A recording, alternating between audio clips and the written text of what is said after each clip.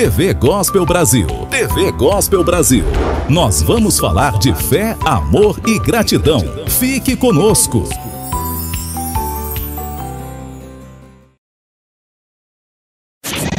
TV Gospel Brasil apresenta Vivendo com Fé. Fique conosco. Vamos falar de amor.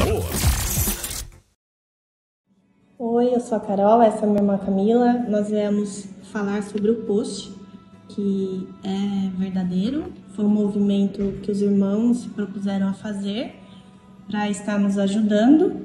Nós nos sentimos muito acolhidas, muito amadas por essa ajuda. Há mais de 40 anos, o nosso pai tem sido exemplo de fé, de amor e tem sempre servido o próximo. Ele sempre esteve ali aconselhando, ajudando, orientando e orando pelas pessoas.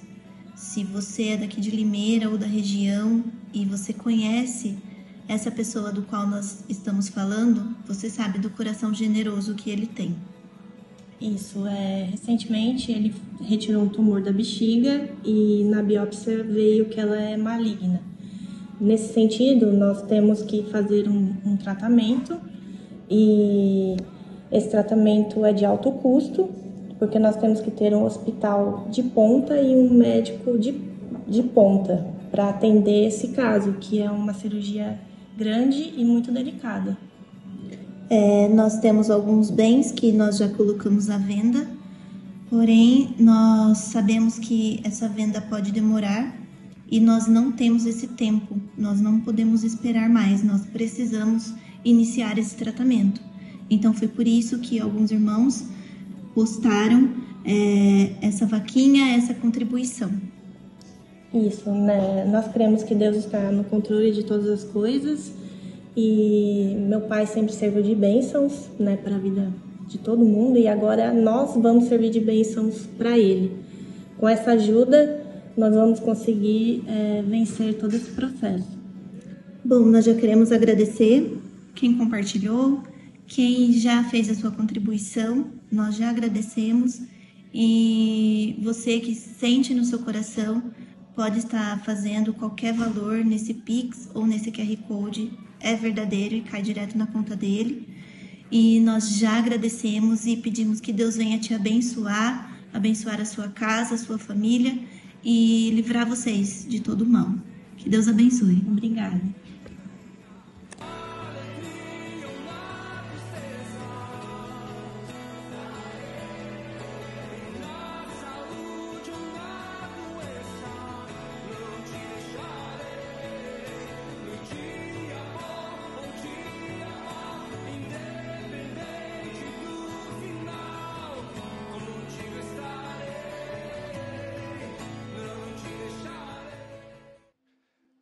Ela saiu de viagem porque a sua mãe estava muito doente. E essa matriarca da família morava em outro estado. Então ela planejou a viagem bem cedo e foi visitar a senhora, sua mãe. Ela, esposa de um pastor da igreja presbiteriana, da igreja reformada, da igreja presbiteriana.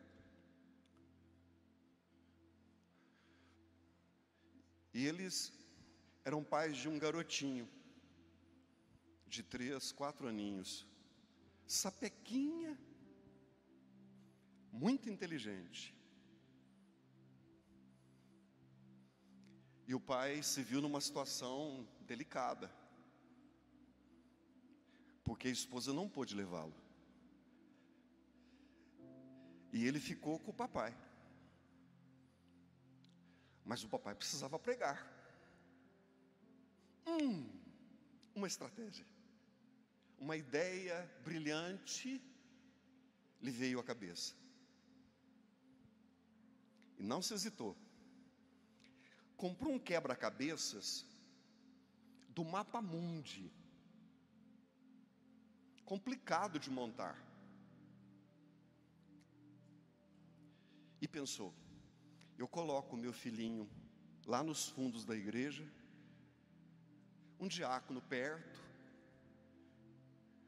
dou o mapa mundi para ele em cima de um tabuleiro, uma mesa, e eu vou pregar a palavra de Deus, porque eu vou prendê-lo ao quebra-cabeças pelo menos 1 hora, no mínimo.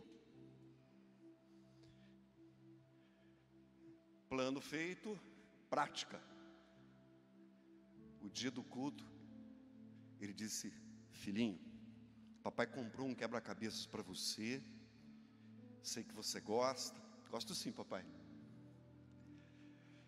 E você vai ficar lá nos fundos com um dos nossos diáconos, e você vai montando o quebra-cabeças lá do mapa mundi. Do mapa mundi, papai? É, do mapa mundi que eu comprei. E você vai montando. Quando você terminar de montar, você me chama, que aí eu pego você. Combinado, filhão? Combinado, papai. E aquele pastor polido, um poliglota, formado no seminário presbiteriano, doutorado, começou a sua pregação, fazendo uma bela introdução, que demorou ali uns 10 minutos, e quando ele apontou o tópico número 1 da ministração, já fazia 15 minutos que ele estava pregando. O menininho levantou as mãos lá no fundo, as 2 mãozinhas, e disse: papai, papai, papai.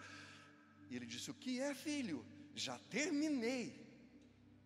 O pai disse: não é possível, eu te dei um quebra-cabeças do mapa mundi, e você já terminou?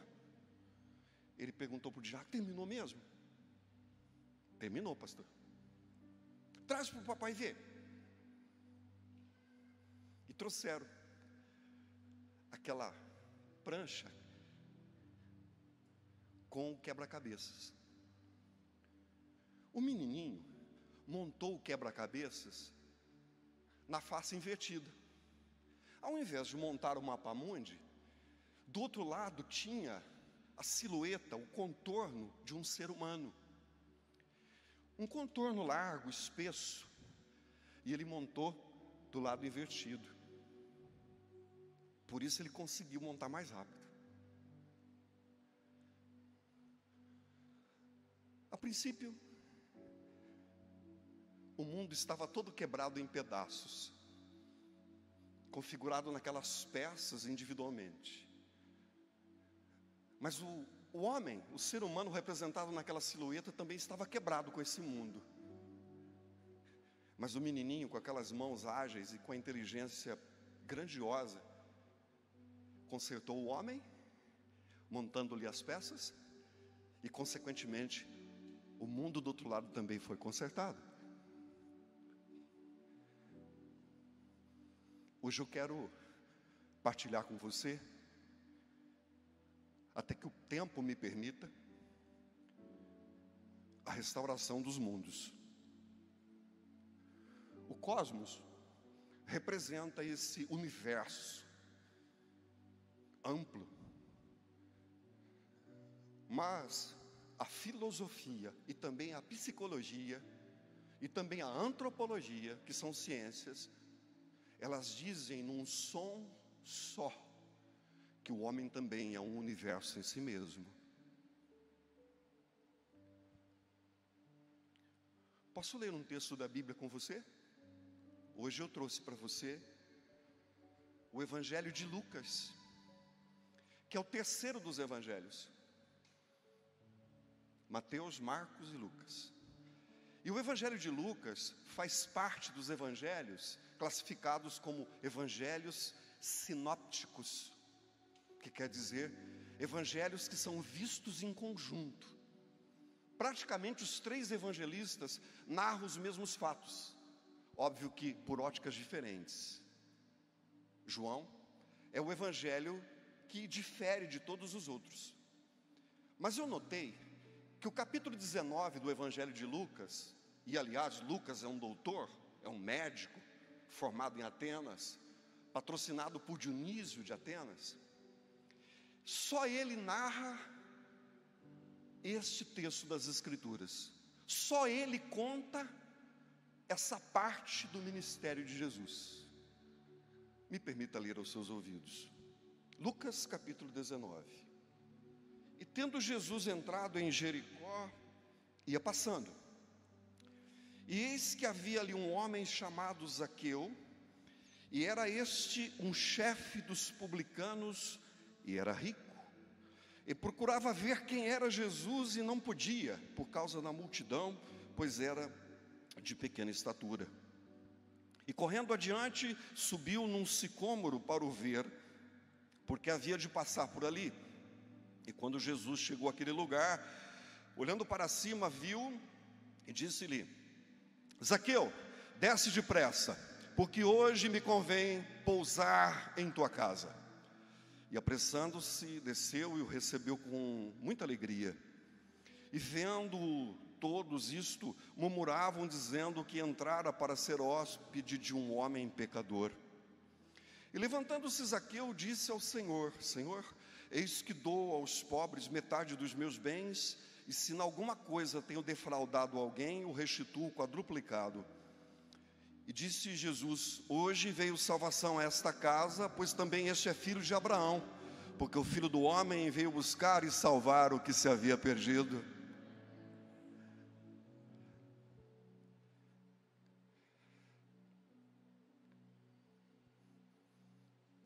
Estávamos em Jericó, uma cidade que fica no sul do país, nas proximidades do Mar Morto, cavernas de Qumran. E a nossa guia nos levou num cruzamento de ruas, e bem naquele cruzamento que formava praticamente um triângulo,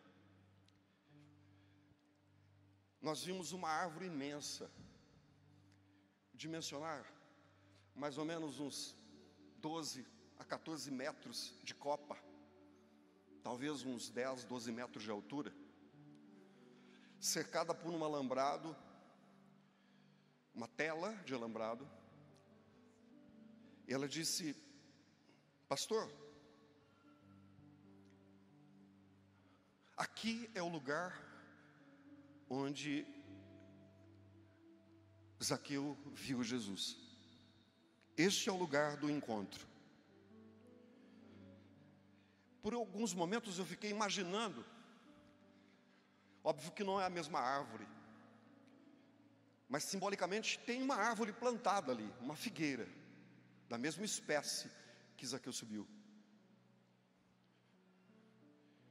Mas durante alguns minutos, eu fiquei pensando no que aconteceu ali debaixo daquela figueira. Olha, para falar a verdade, eu viajei nas entrelinhas do Evangelho de Lucas 19, quando o médico amado escreve esse livro, este seu Evangelho, para consolidar a fé de um grego, de um profissional do militarismo ou do mundo militar. Ele escreve para consolidar a fé de Teófilo, que embora profissional da guerra, um homem treinado para guerrear, de alta patente, trabalhava a serviço do governo romano, e ele se converteu a Jesus, e Lucas escreveu 2 obras a fim de consolidar este homem, o Evangelho que leva o seu próprio nome, e ainda o livro de Atos. Lucas não é apóstolo, escreveu por pesquisa, investigando o que Jesus fez, e ele fez questão de colocar no seu Evangelho, para consolidar a fé desse militar, o encontro de Jesus com Zaqueu e o encontro de Zaqueu com Jesus. Permitam-me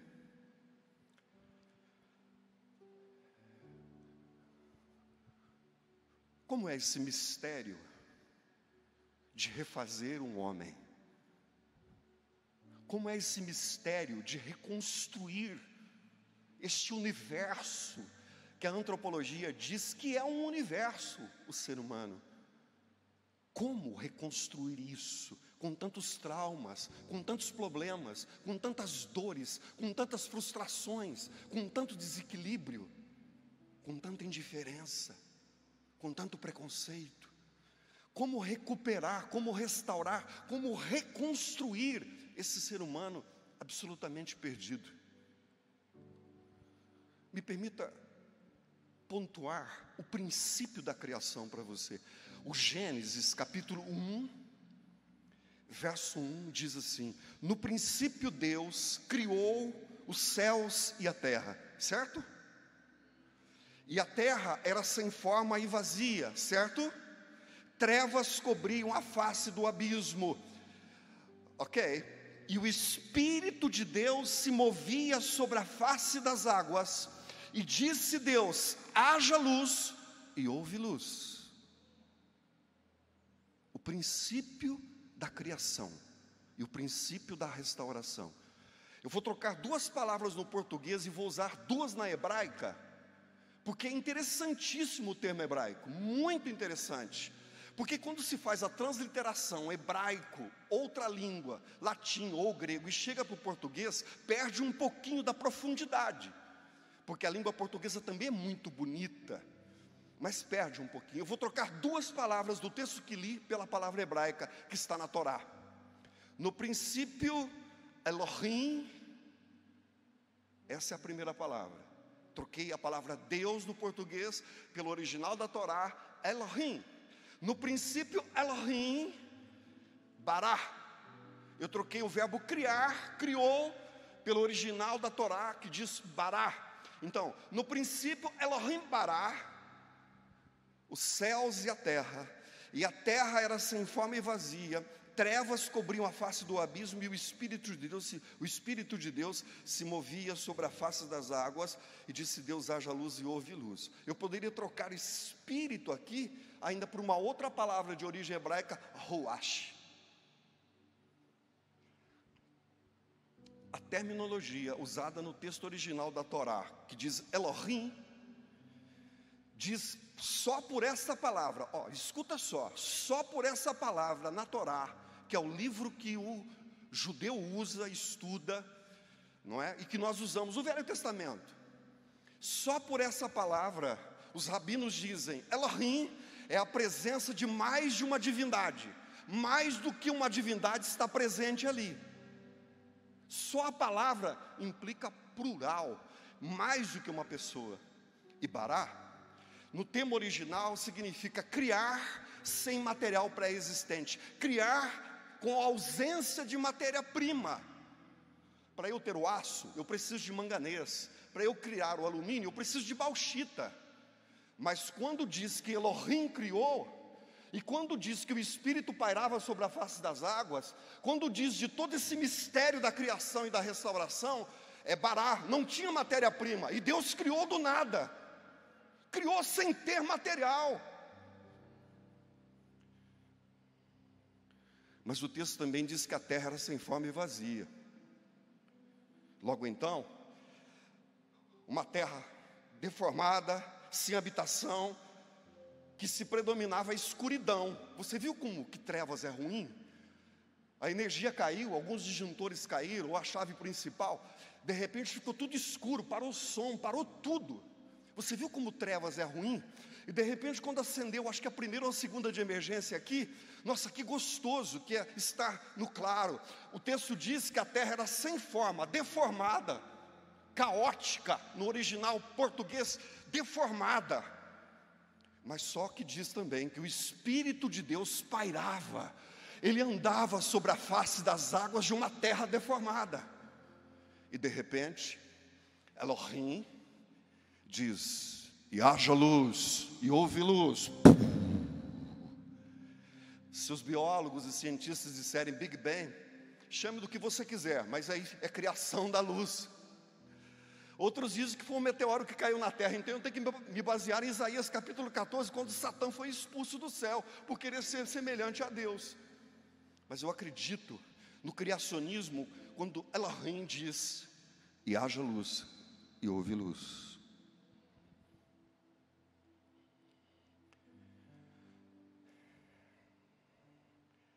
Criando de novo. Não é de se estranhar que Jesus, ao ser encontrado por pessoas, e vice-versa. Ele encontra pessoas vazias. Eu sei que eu estou falando de forma bem compassada, e pelo horário alguns dos irmãos ficam um pouco sonolentos. Estou vendo aqui alguns, mas te belisca aí para você não perder nada. Vai ser importante você se prender a mim.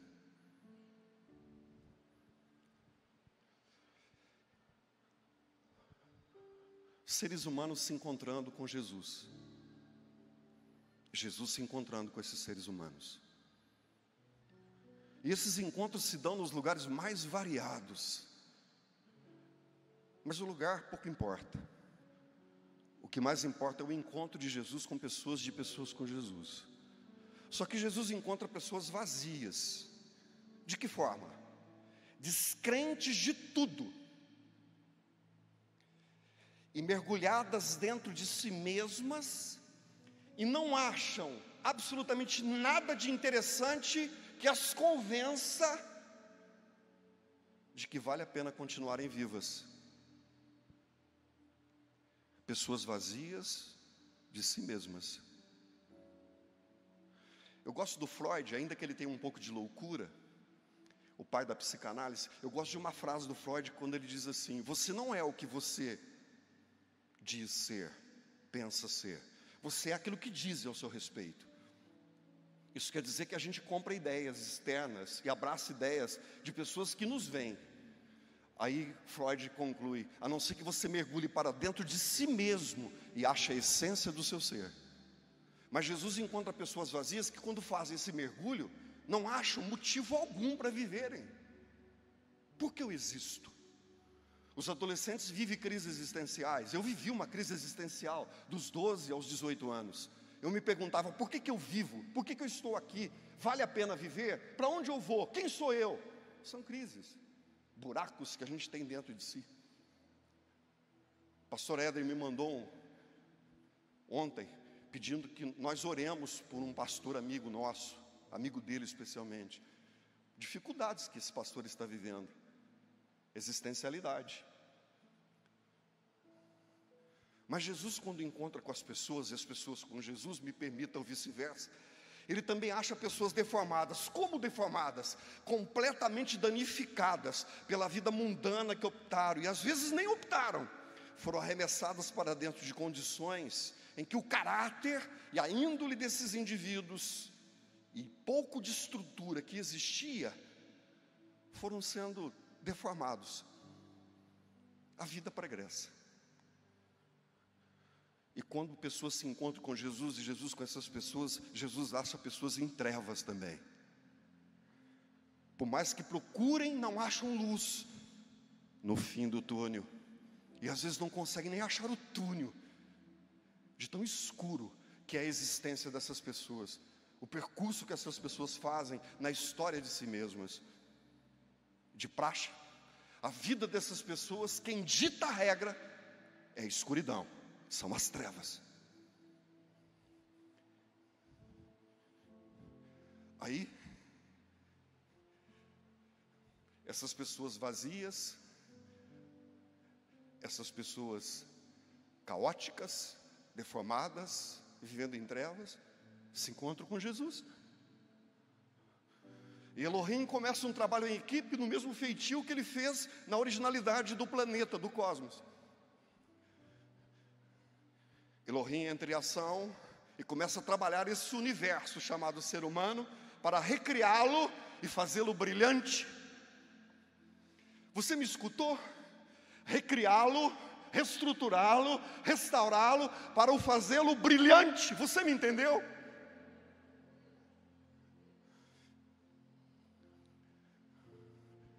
Então Elohim, as divindades, começam com o trabalho em áreas específicas que atuam. O Espírito Santo vai perscrutar, investigar, analisar essa pessoa e ver se existe algum material que possa ser reaproveitável ou reaproveitado.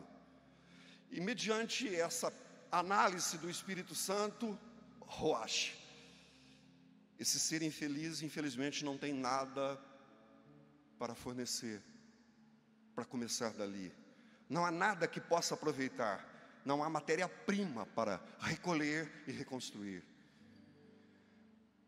Então Elohim diz, vamos usar o mesmo princípio que usamos lá atrás, quando criamos o mundo. Lá usamos Bará, não tínhamos matéria-prima, e podemos usar o mesmo princípio. Você já deve ter ouvido pessoas dizer assim, eu não tenho nada para oferecer a Deus. Eu sou um ser desprezível. Nada dá certo na minha vida. Nada funciona na minha vida. Já tentei, mas não dá certo. Esse indivíduo está no ponto para Elohim meter a mão, já que não tem nada, e Elohim construir do Bará, do nada, um indivíduo brilhante. Eu estou achando vocês tão sérios olhando para mim. Então o Senhor Jesus vem para fazer a mesma análise. E olha para o indivíduo, no recôndito da alma, lá dentro do indivíduo. Porque Deus trabalha de dentro para fora e não ao contrário. Reflete pelo lado de fora. Pega uma foto sua quando você não era de Jesus e pega uma agora, você vê que a diferença é grande. Você é muito mais bonito, muito mais vibrante. Você é um lindão de Jesus, uma lindona de Jesus, porque o Espírito Santo trabalhou em você e começou lá dentro, consertando as suas emoções, a sua psique. E quando o indivíduo aparece com esse nada, finalmente o Senhor Jesus vem e diz assim, vai doer, mas eu assumo as dores para refazer esse ser humano. Eu vou fazer na vida dele e vou assumir todos os problemas e culpas e defeitos, e vou assumir o nada desse indivíduo para ele ser reconstruído.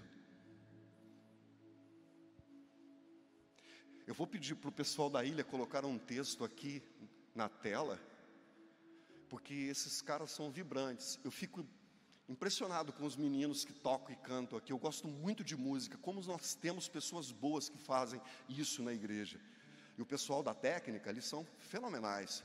Por gentileza, hora que ele colocar, eu gostaria muito que você lesse rapidamente o texto, mas glorificasse a Deus, vibrasse por esse texto da palavra, que é eu diria que é um dos textos apaixonantes da segunda carta de Paulo aos Coríntios. 2 aos Coríntios 5, verso 17, por gentileza, Mateus, ou alguém da ilha.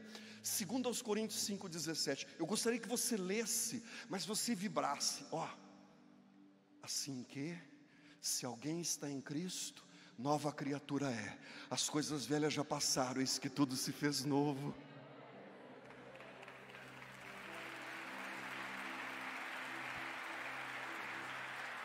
Pode ser mais forte, o que você acha?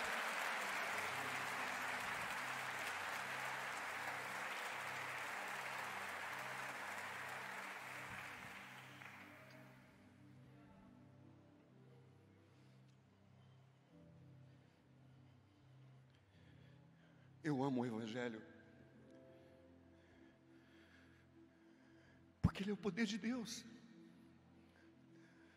para a salvação de todo aquele que crê. Primeiro do judeu, o povo que teve mais contemplações de anjos e fenômenos impressionantíssimos quando ouviram a voz de Yahvé. E depois do grego, o povo mais intelectualizado do mundo de Paulo. Romanos 1, verso 16.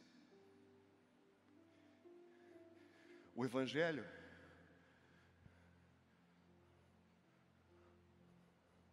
que é sobrenatural, ele dá a condição do indivíduo ser feito de novo. Agora, quer ver o resultado?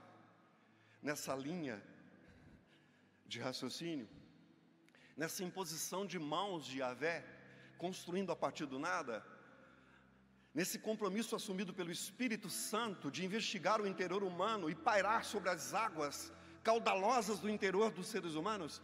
Você quer ver o resultado do sacrifício de Jesus na vida dessa pessoa, assumindo as dores e todos os problemas internos e tudo que diz respeito ao pecado, à transgressão? Você quer ver o resultado disso? Por gentileza, senhores da ilha, Efésios capítulo 2, verso número 10. Eu quero que você olhe para o texto e vibre. Porque somos feitura sua, criados em Cristo Jesus para as boas obras, as quais Deus preparou para que andássemos nelas. Olha o resultado disso tudo.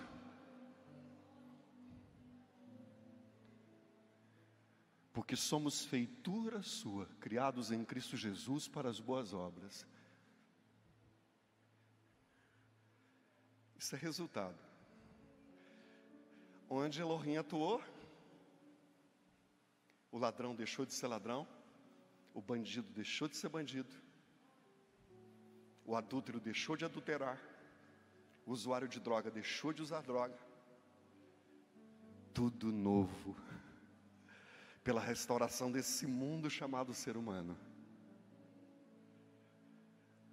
Agora me permita ler 2 Coríntios 5,17 na versão NVI, Nova Versão Internacional. Portanto, se alguém está em Cristo, é nova criação. As coisas antigas já passaram, eis que surgiram coisas novas. Essa é a NVI. E finalmente, você quer ver resultados?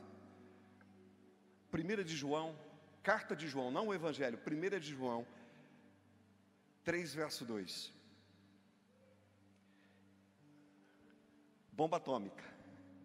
Olha no que nós fomos transformados. Amados, agora somos filhos de Deus.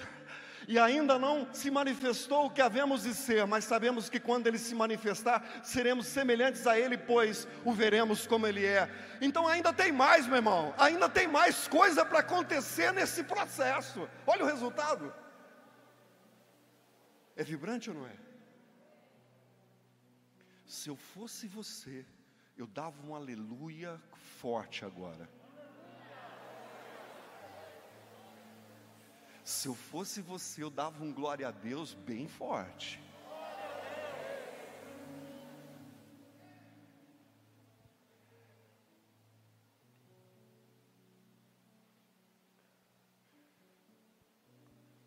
Eu recebi uma ligação faz alguns anos.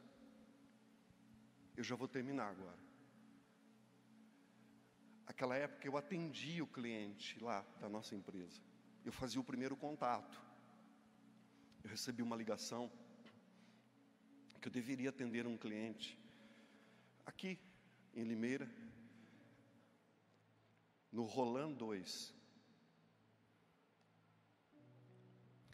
Eu cheguei com o meu carro ali perto da cancela, apertei aquele botãozinho e a pessoa lá de dentro da guarita me atendeu e disse: por gentileza, seu nome, sua RG. Eu disse: Antônio Eduardo de Oliveira, RG 17.191.583, agora tem o dígito 5. Aí a pessoa deu uma risadinha. Eu falei: poxa, por que ele está dando essa risadinha? Acho que esse cara me conhece. Aí ele abriu a cancela, eu coloquei meu carro bem perto da janela, ele abriu a janelinha, um par de olhos verdes, um moço de mais ou menos uns 35 anos, chorando. Primeiro ele dá a risadinha, agora ele está chorando, o que está acontecendo? Ele olhou bem para mim e disse: pastor, o senhor lembra-se de mim? Eu disse: filho, do seu rosto sim, você é um rosto conhecido para mim, mas eu não lembro de situações. Ele disse: eu sou filho do irmão Domingos. O irmão Domingos? Sim. Falei: seu pai, maravilhoso, já partiu. Mas quando nós dirigimos o Jardim São Paulo, o irmão Domingos era cooperador, o nome que se dava na época. Chorando, eu não entendia as lágrimas, né? Ele disse: o senhor fez um culto na rua? Tinha umas 700 pessoas na rua, eu não sei se tinha tudo isso, mas tinha muita gente mesmo. E de repente o senhor olhou, o senhor estava em cima de um caminhão, olhou na minha direção, o senhor me apontou com o dedo e disse: moço, você. E aquele moço sou eu. Venha cá, venha cá, venha cá, eu quero orar com você agora. E eu fui. E quando o senhor orou por mim, o senhor colocou a mão na minha cabeça e disse assim: Jesus, liberta esse menino da cocaína, liberta ele dessa droga. E ele disse: pastor, ninguém sabia que eu usava cocaína, só eu e minha mãe. E a partir daquele dia eu nunca mais usei cocaína na minha vida. E ele disse: eu sou pai de 2 garotinhos. Você vê como é isso? As pessoas gastam dinheiro, às vezes, para tentar recuperar um ente querido mergulhado na cocaína, na pedra. Me corta o coração quando eu paro num sinal, aquelas moças magrinhas, magérrimas, para ser bem franco. Desculpe pela grosseria. Nem tem mais seios. Os dentes danificados, os dedinhos grossos, inchadas as mãos de tanto usar a marica, que é o cachimbo que eles fumam a pedra. Me corta o coração e eu pergunto, o que fazer, meu Deus? O Evangelho bate lá, e lá vai a Trindade com tudo, dessa funcionalidade de recriar o ser humano, esse universo em si mesmo, dando-lhe uma oportunidade de ser brilhante, de ser uma nova criatura, de ser filho de Deus, de ser recriado para boas obras.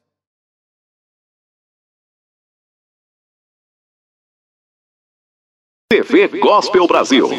Sintonia com a verdade e amor de Deus, transmitindo a verdadeira palavra de Deus. Divulgue, compartilhe. Estamos no Facebook, Instagram e YouTube. Acesse nosso WhatsApp 149-9705-5518. TV Gospel Brasil, uma TV de amor.